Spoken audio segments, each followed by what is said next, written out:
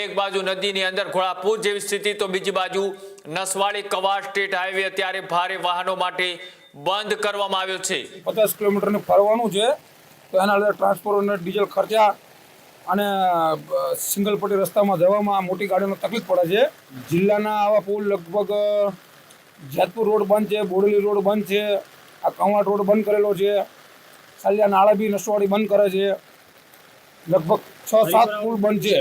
આ બ્રિજ ઉપરથી મધ્યપ્રદેશ છોટાઉદેપુર અને સ્ટેચ્યુ ઓફ યુનિટી જવાનો રસ્તો હતો, પરંતુ આ જે એપ્રોચનો ભાગ છે તે ધોવાઈ જતા હાલ સ્ટેટ આઈએમબી વિભાગે રસ્તો બંધ કરી દીધો છે ભારદારી વાહનો માટે। અહીંયાથી ભારદારી વાહનો માટે પ્રતિબંધ ફરમાવતા હવે લોકોને અહીંયાથી ભારદારી વાહન લઈ જઈ શકાશે નહીં।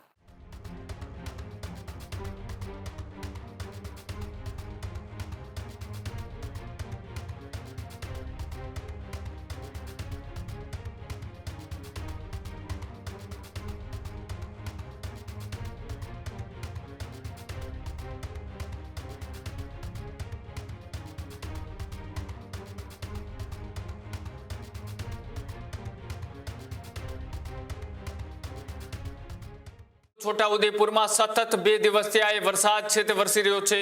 અતિ ભારે વરસાદના કારણે છોટાઉદેપુરના અનેક તાલુકાઓમાં પરિસ્થિતિ ગંભીર બની છે। ત્યારે છોટાઉદેપુરના નસવાડીમાં ધોધમાર વરસાદ ફરી શરૂ થયો છે।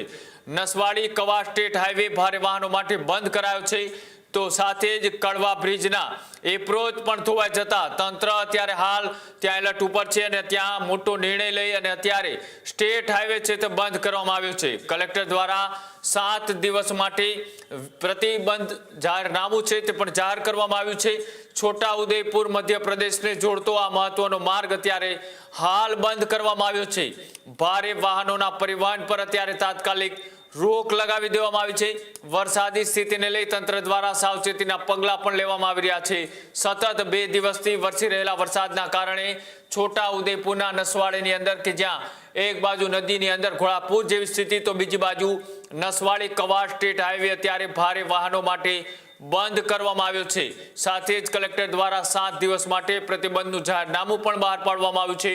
તો છોટાઉદેપુર મધ્યપ્રદેશને જોડતો આ મહત્વનો માર્ગ અત્યારે હાલ બંધ કરતા અનેક વાહનોના પૈડા થંભી ચૂક્યા છે।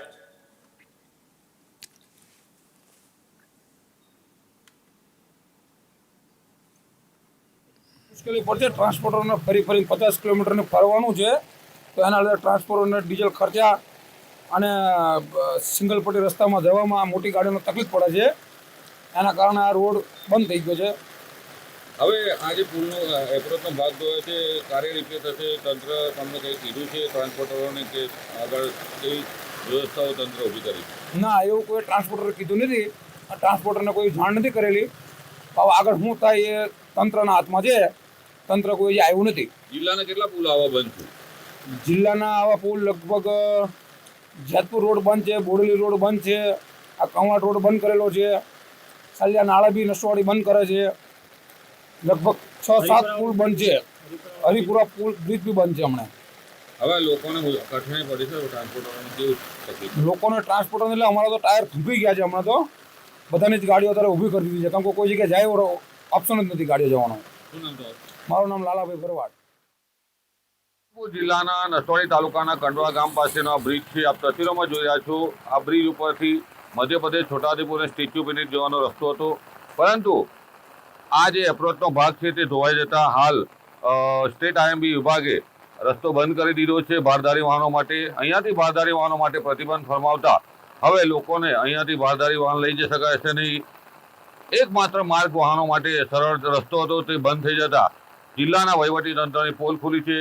વરસાદે એપ્રોચનો ભાગ પુલનો ધોઈ નાખતા અશ્વિન નદીમાં પાણી આવતા જે એપ્રોચનો ભાગ ધોવાઈ જતા ગઈકાલથી ભારદારી વાહનો માર્ગી બનશે। છોટાઉદેપુર જિલ્લાના તમામ પુલો જર્જરિત થતા વારાફરતી એક પછી બંધ થતા લોકોને હાલાકી ભોગવવાનો વારો આવી રહ્યો છે।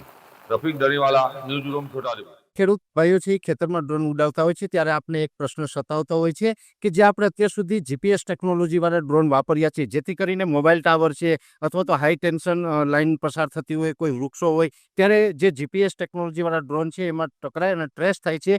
પણ એગ્રીવન લાવ્યું છે GNSS ટેકનોલોજી ડ્રોન, જેથી કરીને એ ડ્રોન છે એ કોઈ જગ્યાએ ટકરાય નહીં, પોતાની રીતે જ ડિસિઝન લે છે અને મૂવ થઈ જાય છે, જેથી કરીને GNSS ટેકનોલોજી ડ્રોન છે એ વાપરવાનો આગ્રહ રાખો. આ જ પ્રકારની તમામ અપડેટ જોવા માટે ન્યૂઝરૂમ ગુજરાતને લાઇક, શેર અને સબસ્ક્રાઇબ કરવાનું ભૂલતા નહીં.